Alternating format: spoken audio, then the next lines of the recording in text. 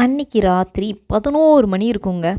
திடீர்னு கியாவியா கியாவியான்னு ஒரே சத்தம். வெளியே போய் பார்த்தா எல்லாரும் பைக்கு, காரு, வேனுன்னு எல்லாத்துலேயும் போய்க்கிட்டே இருக்காங்க. எங்கடா போகிறீங்கன்னு கேட்டால் எல்லாத்துக்கிட்டேயும் ஒரு சின்ன சிலை இருக்குங்க. சரி எங்கேயோ போகிறாங்க என்னன்னு தெரிஞ்சுக்கலான்னு பார்த்தா திடீர்னு ஒரு கடையை போட்டிருக்காங்க இன்ஸ்டண்ட்டாக. என்னடா கடைன்னு பார்த்தா போகிறவங்களுக்கெல்லாம் எனர்ஜிக்கு பத்தாது, அதனால் டீயும் காஃபியும் கொடுக்குறோம் அப்படின்னாங்க. சரி எங்கடா போகிறீங்க அப்படின்னா வாங்க பார்க்கலாம் அப்படின்னு சொல்லிட்டு ஒருத்தர் கூட்டிகிட்டு போனாருங்க. போகிற வழியிலேயே ஒட்டகத்தை பார்த்தேன். ஒட்டகத்தை பார்த்தோன்னே ஆஹா ஒட்டகம் அப்படின்னு சொல்லிட்டு அங்கே போய் நின்றுட்டோம். அப்போ தான் தெரிஞ்சிச்சு இந்த பூஜை பேர் தசமா விரதமா. இந்த தசமா விரதன்றது ஒரு வாரமாக இவங்க நடத்துவாங்களாம். இந்த ஒரு வார விரதத்தில் பொண்ணுங்க வீட்டில் இருக்க பொண்ணுங்க அந்த குடும்பத்தோட நலனுக்காக விரதம் இருந்து சந்தோஷம் வரணும், வீட்டில் எல்லா செல்வமும் செழிக்கணும் அப்படின்னு சொல்லிட்டு நிறைய பூஜைகள்லாம் பண்ணுவாங்களாம். பூஜைகள்லாம் பண்ணிவிட்டு இந்த மாதிரி ஒட்டகம், மாடு, இந்த மாதிரி வண்டியெல்லாம் செட் பண்ணி அதில் நம்ம எந்த சாமியை வச்சு பூஜை பண்ணோம்னா அதை கொண்டு போய் கரைச்சிருவாங்களாம். இதாங்க இவங்க ஐதீகம். உண்மையை சொல்லணும்னா அவங்க பூஜை பண்ணுறதெல்லாம் பார்க்குறத விட நான் அந்த ஒட்டகத்தை தாங்க பார்த்துக்கிட்டு இருந்தேன். தமிழ்நாட்டில் இருந்துட்டு இந்த ஒட்டகத்தை பார்க்குறதுக்கு ரொம்ப சூப்பராக இருந்துச்சுங்க. ரொம்ப வருஷம் நான் சின்ன பிள்ளையில பார்த்தது. அதுக்கப்புறம் இப்போ தான் ஒட்டகத்தை பார்க்குறேன். பக்கத்தில் போய் தொட்டு பார்த்துட்டு இருந்தேன்னா ஓடி போயிரு, இல்லாட்டி உதச்சி போடும் ஒட்டகம்னு சொல்லிட்டாங்க. அப்படியே ஓடி வந்துட்டேன். என்னை விட நல்லா ஹைட்டாக இருந்துச்சுங்க. யார் யாருக்கெல்லாம் ஒட்டகம் பிடிக்கும்னு சொல்லிட்டு கமெண்ட் பண்ணுங்கள்.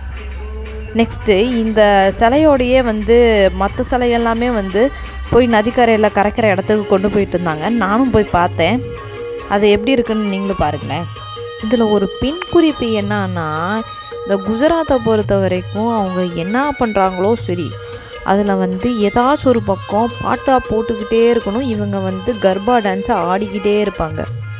சின்ன சின்ன ஃபங்க்ஷன்லேருந்து முஸ்லீமு, கிறிஸ்டியனு, ஹிந்துன்னு எந்த கேஸ்டில் என்ன ஃபங்க்ஷன் வச்சாலும் சரி, அதில் கர்பா டான்ஸ் இல்லாமையே இருக்காது. அதே மாதிரி இந்த சாமியை கொண்டுட்டு போகிறதுக்கு முன்னாடியுமே முன்னாடி கர்பா டான்ஸு பொண்ணுங்க பசங்க எல்லாம் சேர்ந்து ஆடிக்கிட்டே தான் போவாங்க. அப்படியே தான் அந்த கொலக்கரைக்கு போவாங்க. நீங்களே பாருங்களேன்.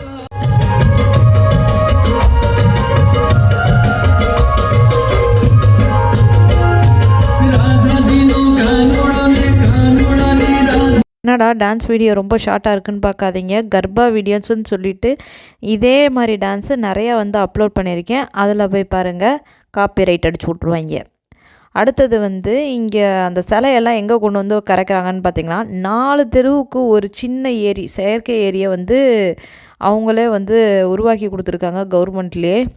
ஏன்னா வீட்டுக்கு வீடு எல்லா பக்கமுமே இந்த சிலையை கரைக்கிற ப்ராசஸ் இருக்கிறனால இந்த செயற்கை ஏரியோட ஹைட்டு மட்டுமே ஒரு ஆள் உள்ளுக்குள்ளே இருக்க அளவுக்கு ஹைட் இருக்குது.